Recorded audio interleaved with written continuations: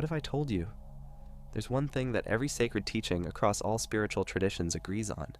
Not doctrine, not dogma, but something older than religion and truer than belief.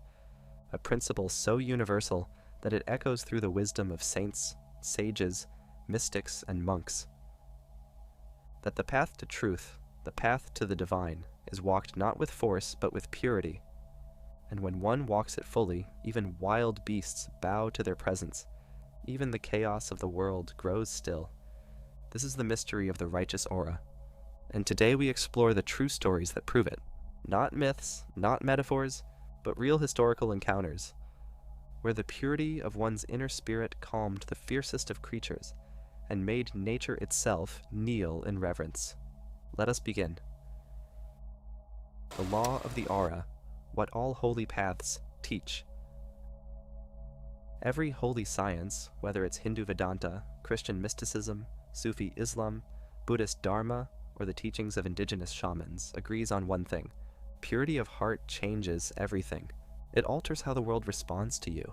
From the Bhagavad Gita to the Desert Fathers, from the Taoist sages to the mystics of Kabbalah, all speak of the same truth. The heart that is free of ego, pride, and violence becomes a light. Not metaphorically, literally. They believed this inner light, often called aura, prana, ruach, or baraka, radiates outward, and that this aura, when purified by love and humility, changes the energy around you. In fact, if we follow the old stories, even wild animals recognize it.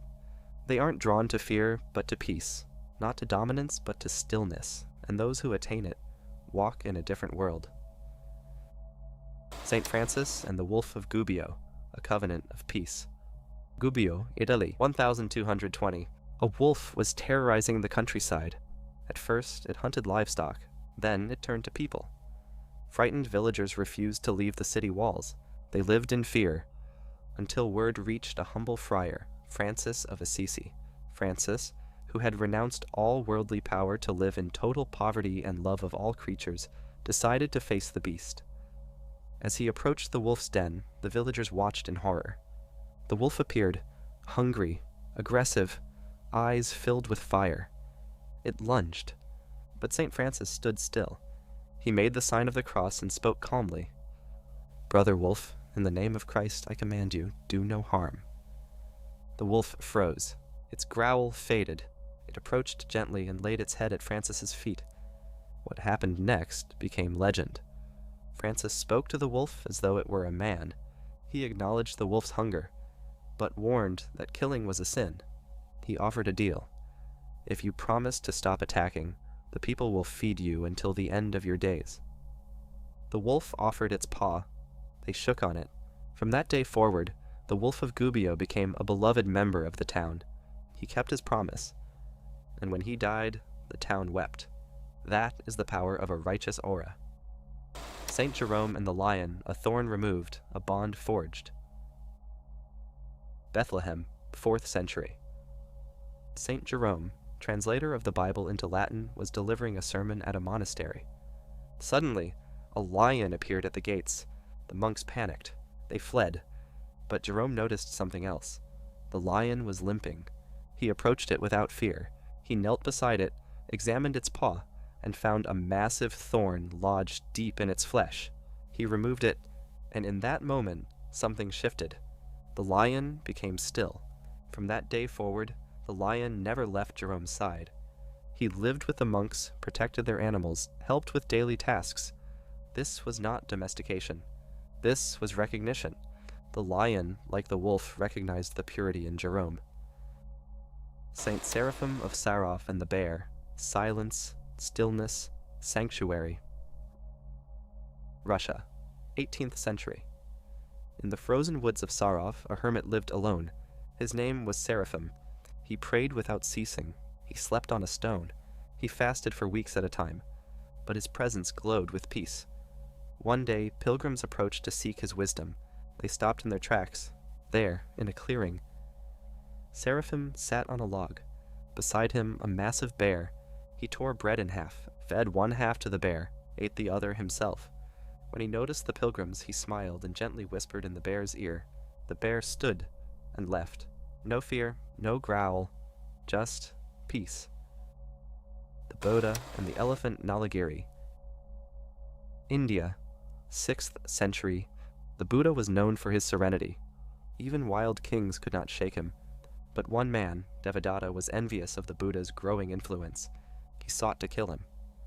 He released a violent elephant, Nalagiri, into the street where the Buddha walked. The crowd screamed. The elephant charged, but the Buddha stood still. No resistance, no anger. As the elephant neared, it slowed, then stopped, then bowed. It laid its trunk at the Buddha's feet. The people were stunned. Even the wildest rage dissolves in the presence of pure peace. The Sufi master and the leopard. There is a Sufi tale of a mystic in the mountains of Persia. Every morning, he would pray under a lone tree. One day, a starving leopard approached. The villagers saw it and ran for help. But when they arrived, they found the leopard laying peacefully beside the mystic, its head on his lap. He was whispering into its ear and stroking its fur. When asked how this was possible, the mystic replied, "When fear is gone from your heart, no beast sees you as prey." Hindu saints and the Cobra. In Hinduism, there are many accounts of yogis meditating in forests, undisturbed by snakes, tigers, or elephants. One such yogi, Trilanga Swami, was said to sit in the Ganges River for days at a time. Once, a cobra curled around his neck while he meditated. People watched in horror, but the yogi remained still, and the cobra, calm, peaceful, rested with him, then slithered away. In yoga philosophy, the aura is called the pranic field, and those who master their inner energy exude a frequency that calms all beings. Why animals understand what we forget. Animals don't judge by words. They sense energy. They don't care about your status. They read your vibration. When you've purified your heart of fear, hatred, greed, ego, what remains is pure love. And love is the most recognizable force in the universe. It transcends species. It calms danger. It magnetizes all life. That's why wild animals approach monks, mystics, and saints, not because they're magical, but because their frequency is safe. When you embody divine stillness, you become a sanctuary. What this means for you. This isn't just ancient history. This is a blueprint. The aura is real. It responds to your thoughts. It changes based on your intentions. When you lie, gossip, dwell in fear or envy, your aura dims. When you forgive, love, meditate, and surrender, your aura glows. You may not see it, but others feel it. Children, animals, even strangers sense your vibration before they hear your words, and the higher your frequency, the more peace you bring wherever you go. How to purify your aura. If every holy science agrees on the importance of a pure aura, how do we cultivate it? Here are the timeless practices. Daily silence. Even 10 minutes a day of silent sitting clears mental noise. Non-judgment. Stop gossip. Practice radical compassion. Surrender.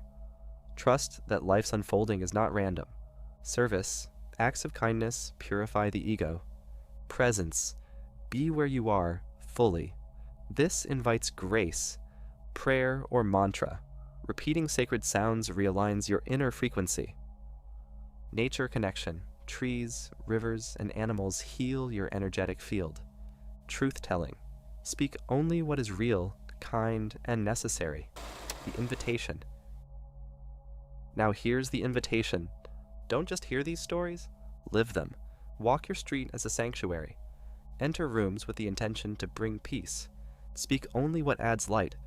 Your energy is your message. Your presence is your sermon. What if, one day, you sit in silence and a bird lands beside you, or a stray dog rests its head on your lap? Not out of training, but recognition.